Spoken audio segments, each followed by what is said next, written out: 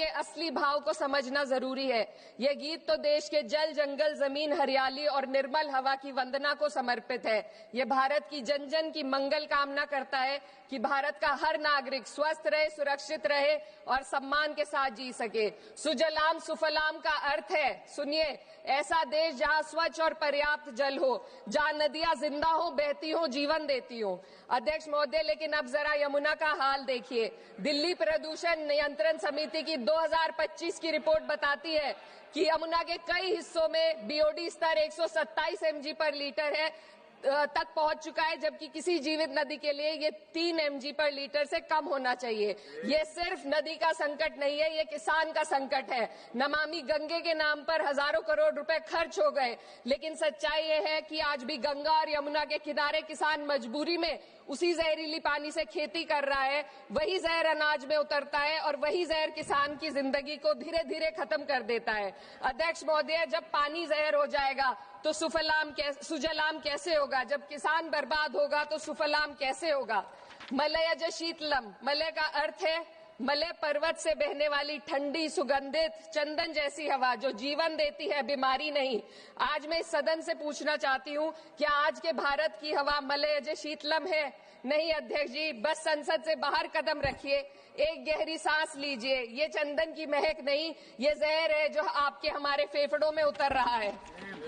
दुनिया के 20 सबसे प्रदूषित शहरों में से 13 भारत में है। दिल्ली की हवा में सांस लेना मानो रोज 20 सिगरेट पीने जैसा हो।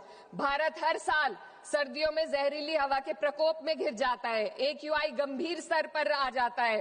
ठंडी हवा का सपना अब गैस चेंबर की हकीकत बन चुका है। हम वो देश हैं जहां सरकार प्रकृति पर बने गीत का मान मर्दन तो करती है, पर उसी प्रकृति, जंगल, हवा, पेड़ को बचाने वाले कानूनों को धीरे धीरे खुद ही खत्म कर रही है। ये है आज के हमारे मलयज शीतलम की अफसोसजनक सच्चाई। अगर हम हवा को साफ नहीं कर पाए तो न सुजलाम बचेगा, न सुफलाम बचेगा। माननीय अध्यक्ष महोदया, सस्य श्यामलम का अर्थ है ऐसा देश जहां उपजाऊ जमीन हो, जहां खेत फसल से भरे हो और किसान कर्ज और निराशा में न डूबा हो। आज किसान सिर्फ मौसम से नहीं लड़ रहा, वह प्रदूषण, नीतियों की बेरुखी और सिस्टम की नाइंसाफी से लड़ रहा है। एक तरफ कॉरपोरेट के लोन माफ होते हैं, दूसरी तरफ किसान को उसकी वाजिब MSP भी नहीं मिल पाती है।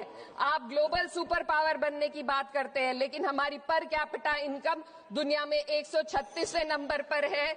हम अपने छोटे पड़ोसी देश से भी पीछे हैं। हमारे लोग $2,500 तक भी नहीं कमा पा रहे एक साल में, और जिन अरबपतियों की ये रक्षा करते हैं वो इतना पैसा एक सेकंड में कमा लेते हैं। आज वंदे मातरम को बुनियाद बनाकर राजनीति की जा रही है, लेकिन जमीन पर जंगल पूंजीपतियों को सौंपी जा रही है। आदिवासियों को उनके घरों से उजाड़ा जा रहा है।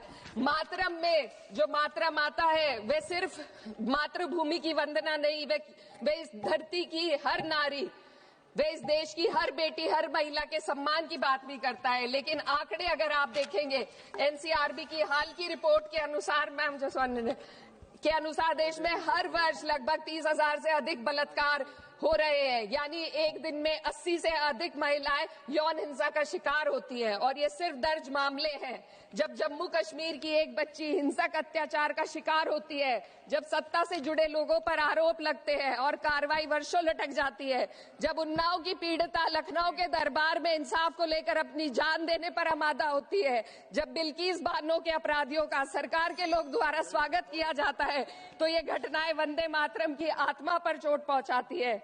मैं अध्यक्ष महोदया बस यही कहना चाहती हूँ अपनी बात को अंत में रखते हुए कि वंदे मातरम सिर्फ अतीत की ललकार नहीं, ये वर्तमान की जिम्मेदारी है। ये आत्म मंथन की घड़ी है। यही समय है कि हम वंदे मातरम को सिर्फ नारा नहीं, नीति और जिम्मेदारी बनाएं। और अपने जज्बात को मैं आलमा इकबाल साहब के तराना हिंद के साथ इस सदन में रखना चाहती हूँ कि सारे जहां से अच्छा हिंदुस्तान हमारा, हम बुलबुले हैं इसके, ये गुलसिता हमारा, मजहब नहीं सिखाता आपस में बैर रखना, हिंदी है हम, वतन है हिंदुस्तान हमारा। श्रीमती लवली आनंद।